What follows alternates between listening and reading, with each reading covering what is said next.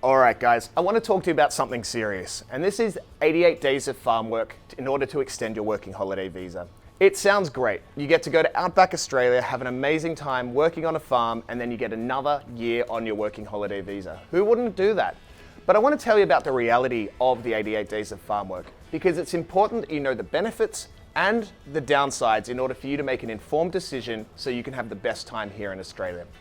First of all, the general rule is if you complete 88 days of farm work in an approved regional area, you'll be able to extend your first working holiday visa into your second working holiday visa. Also, if you complete 6 months in a regional area, you can now apply for a third year of working holiday visa.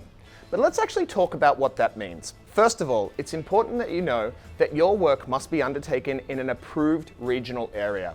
So generally areas outside big cities like Sydney, Melbourne, Brisbane, and close to those cities, they're not relevant. You need to actually check that the postcode that you're working in is an approved regional area, otherwise your work does not count. Make sure you check that out first.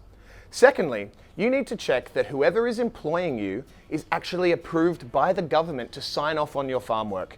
The last thing you want to do is head out to a farm, be undertaking work that is not approved, and you've gone and wasted your 88 days. Now, let's talk about those 88 days because it's important that you understand what this actually means. It actually is a requirement that you undertake 88 days of physical farm work if you're on a casual contract. So this doesn't include weekends. This doesn't include days of rain where you might not be out on the farm. So your 88 days might blow out to 120 days. You need to be really, really careful of this.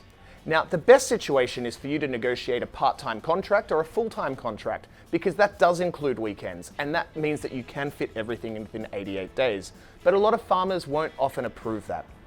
Now, there's also a minimum earning requirement. The minimum hourly rate is roughly $18 an hour, but I suggest you check this on the government website as it changes regularly and you want to make sure that you are earning the minimum in order to be classified a relevant worker. So a lot of people expect that they'll be going out on a farm and picking strawberries and having a great time. But let's actually talk about the reality of what you may experience on a farm.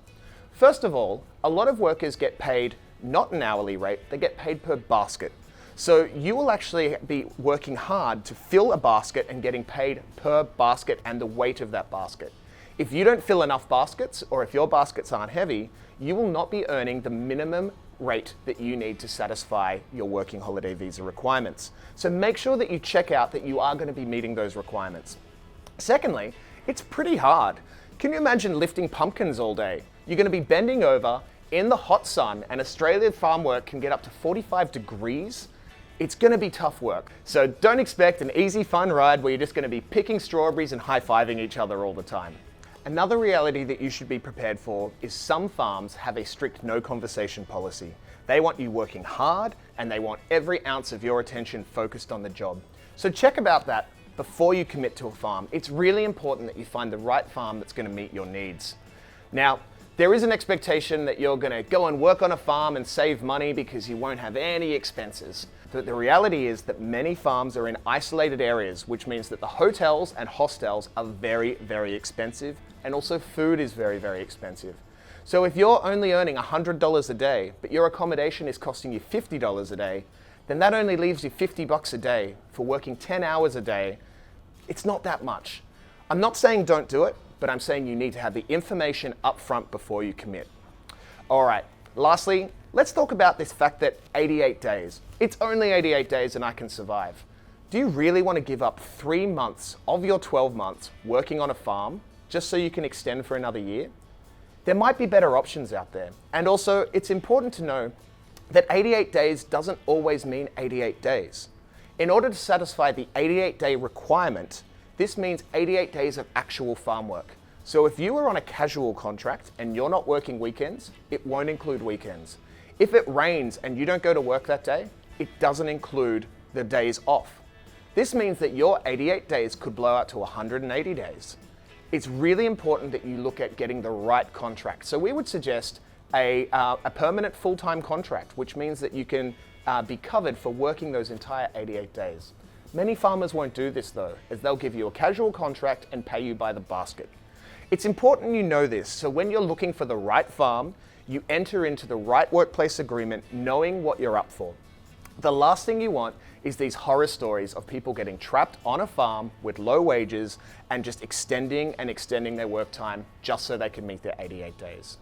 And also, a word of advice and a personal word of advice, please be careful in choosing your farm and research it properly. There are many stories of international workers being exploited and abused by farmers who are taking advantage of the fact that you need to be there. So again, I'm not saying don't do it, but I'm saying research. Ask questions, get recommendations from other people on forums such as Facebook about where did you have a good experience. The other alternative is you come and have a chat to us at Go Study Australia. We have expert advisors who can tell you about their experience in Australia, and we also have guidebooks that can guide you on what to look for in terms of your farm work, what to avoid, and how to make the most of your time in Australia. It's really important to us that you as an international person have an amazing experience while down under. So take the time, do the research, come have a chat with us at Go Study, and we will make sure that your time down under is ultimately successful. We'll see you in Australia real soon.